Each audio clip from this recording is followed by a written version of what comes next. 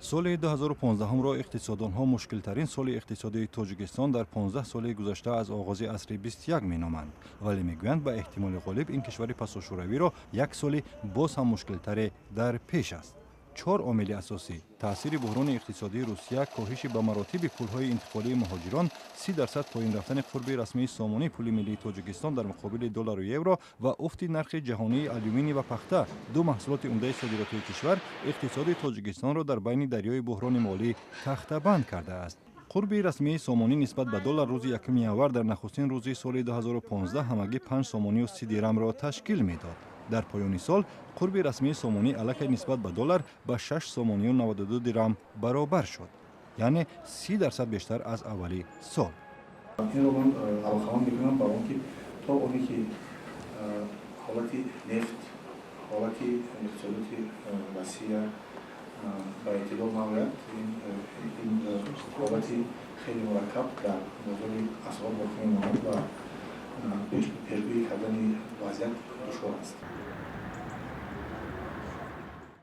дар ибтидои моҳи май дар пайи ҷаҳиши навбатии қурби доллару евро, раиси ҷумҳур Эмомалӣ Раҳмон раиси Бонки Миллиро бо тамоми муовинонаш иваз кард, вале баъди андаке танаффус коҳиши қурби сомонӣ бо ҳамон сурати ҷаҳиш ба ҷаҳиш идома ёфт.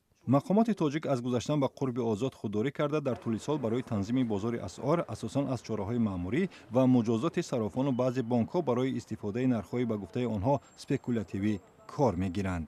иқтисоддонҳои тоҷик муътақиданд ки чораҳои муҷозотӣ таъсири муваққат доранд, вале барои дарозмуддат наметавонанд суботи қурби пули миллиро таъмин кунанд.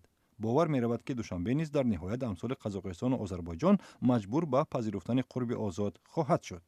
вале суол ин аст ки қурби сомонӣ нисбат ба доллар дар ҳолати шинои озод ба чанд хоҳад расид?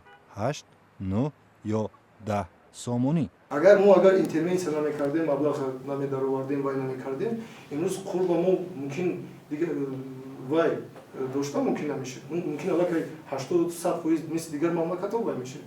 ба мо ягон таҳримҳо нест, лекин осебрасии иқтисодиёти мо аз омилҳои беруна вобастагӣ дорад. буҳрони Русия дар соли 2015 боиси ба шиддат кам шудани ҳаҷми пулҳои интиқолии муҳоҷирон, як чархаи дигари муҳими аробаи иқтисоди Тоҷикистон низ шуд. бино ба омори расмии Бонки Марказии Русия дар 9 моҳи аввали сол аз он кишвар ба Тоҷикистон аз тариқи ширкатҳои пулфиристӣ ҳамагӣ 1 миллиарду 54 миллион доллар пул рафтааст. дигар яқин аст ки ҷамъи ҳосили имсолаи лашкари 1 миллион нафарии муҳоҷирони тоҷик аз 3,8 миллиард доллар пуле ки соли гузашта аз Русия ба Тоҷикистон омад ва аз 4,1 миллиард доллар рекорди соли 2013 ба маротиб камтар мешавад. маблағҳои интиқолӣ дар маҷмӯъ бо сабабҳои на коҳиши ёфтани маблағ, балки бо сабабҳои беқурбшавии рубли русӣ буд ва ин вақте ки ин мубодила карда мешавад ба асъори доллар, сабаб ба он мешавад ки маблағҳои интиқолиёфта ба маротиб кам ҳам шавад ва ин дар баробари худ яъне раванди наверо дар ҷумҳурии Тоҷикистон меорад. қабл аз ҳама коҳиш ёфтани хуб харидории мардум мешавад. ҳама басуст оптум баштагиҳоя баям қиин, мана корвон баям оптум баштагиҳоям савдо карда наметавонам. кунд шудани фаъолиятҳои иқтисодӣ сабаби уфти нишондиҳандаҳои умдаи иқтисодии Тоҷикистон аз ҷумла ҳаҷми тиҷорати хориҷии ин кишвар ва ҷамъоварии андозҳо ва боҷу хироҷи гумрукӣ шуд. ҳамин фишори иқтисодӣ буд ки ҳукумати Эмомалӣ Раҳмон дар моҳи ноябр ҳатто ҳаҷми дахлу харҷи буҷаи имсолаашро ба таври барои дасти кам 10 соли охир бесобиқа ба маблағи 200 миллион сомонӣ кам кард. душанбе то ҳол барои муқобила бо мушкилоти иқтисодие ки аз гиребонаш гирифтааст бештар аз шеваҳои маъмурӣ кор мегирад. дар моҳи август аз ҷумла дар ҷаласаи ҳукумат протоколи рақами 9 тасвиб шуд ки аз тамоми вазорату идораҳо ва niҳодҳои давлатӣ талаб мекунад то дар шароити буҳрони молӣ маблағҳои буҷаро сарфакорона истифода карда аз хароҷоти дуввумдараҷа худдорӣ варзанд. ба мансабдорон аз ҷумла пешниҳод шудааст то ба ҷои мошинҳои хидматӣ аз нақлиёти ҷамъиятӣ истифода баранд.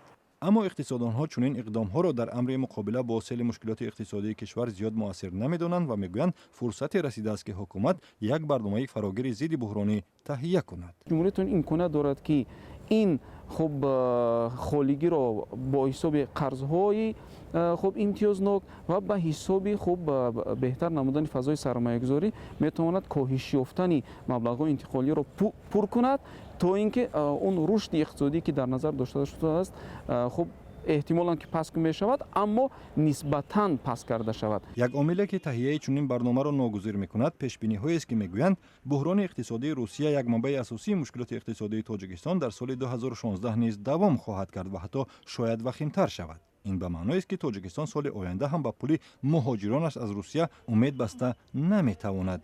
آمار سالانه هنوز نتیجه گیری نشده است ولی بنا به پیش‌بینی بانک جهانی اقتصاد تاجیکستان در سال 2015 همگی 4.2% رشد خواهد داشت. این در حالی است که طی 15 سال اخیر سرعت میانه رشد سالانه اقتصاد تاجیکستان دست کم 7 الی 8% را تشکیل می‌داد.